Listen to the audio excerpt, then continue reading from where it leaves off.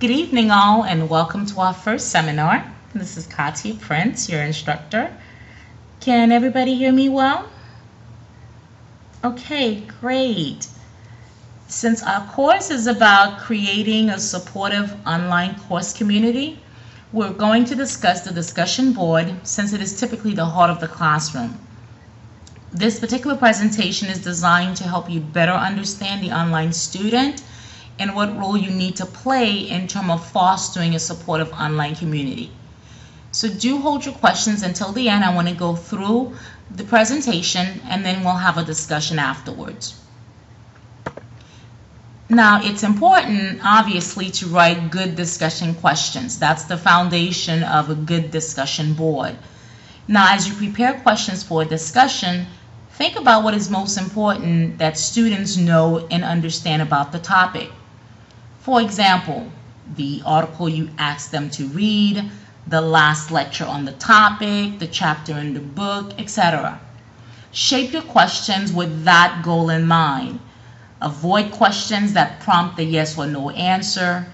And if you get that kind of answer, ask the student to go further and justify their response. Ask them to refer to the reading they were to do for support for their statements, ideas, and opinions. So let's talk about creating a sense of a community online through the discussion board.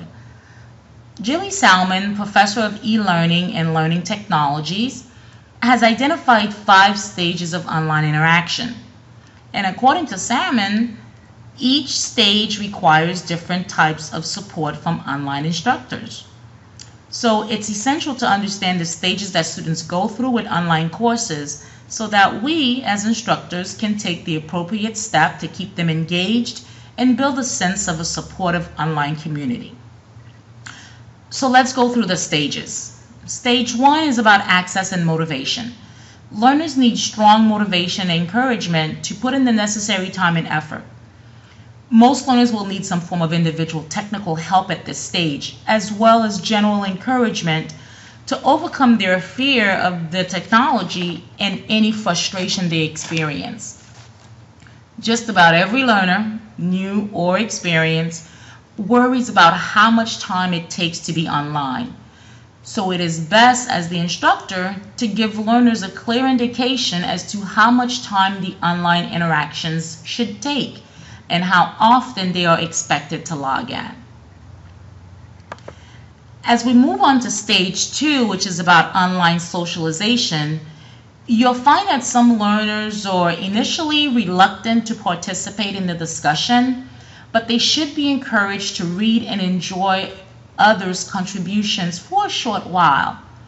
Then when they feel at ease with the online process and reasonably comfortable with the technology, they can contribute more confidently.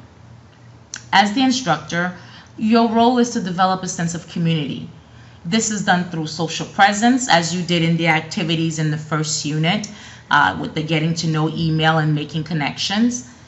Think of the techniques we use in face-to-face teaching, such as icebreakers. When participants start to share a little of themselves online, they'll be ready to move on to the next stage. So this is why your first discussion should be something engaging, something that requires the learners to share about themselves. Have them do a fun bio or profile or create an avatar. And make sure you do this yourself too to set the stage. Now obviously socializing will continue to take place during all the stages of online interaction, not just this stage 2. But it is worth noting that students who've been given a good induction into your classroom will report the benefits later.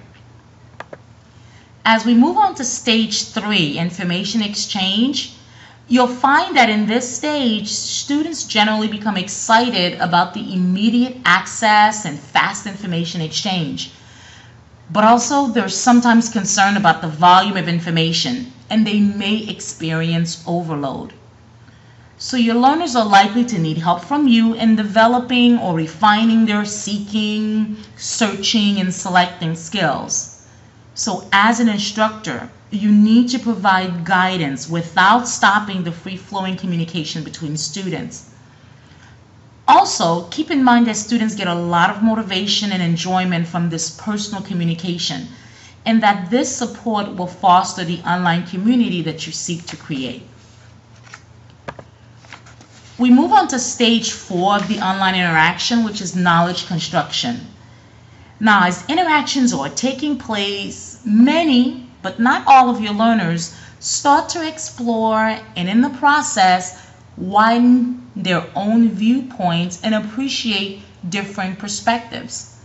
By now, learners should be interacting and starting to collaborate in their knowledge construction.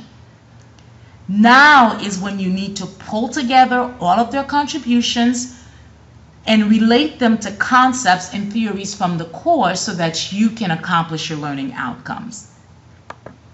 Lastly, you have the final stage, which is development. And in this final stage, students reflect and discuss how they're networking and its impact on their learning processes. They become responsible for their own learning and need little support beyond that already available. So this is Salmon 5 stages of online interaction. And it's important to understand what your learners are going through so that, again, you can be able to engage them effectively in the discussion board, because that's part of creating the supportive online community. So as part of your discussion for this week, this is the first of 2 questions, and it's based on this presentation, of course. I'll make the presentation available in the doc sharing so you can have it for your reference as you're trying to come up with your answers for the discussion. And for the second question, use a hypothetical situation if you're not a current educator, since the question is asking how you would encourage these things in your teaching. So if you've never taught adult learners before, again, use a hypothetical situation. Now, this is the conclusion of our presentation for the seminar. At this time, please feel free to ask any questions about what we've just discussed, anything that I've not answered before we actually end the seminar.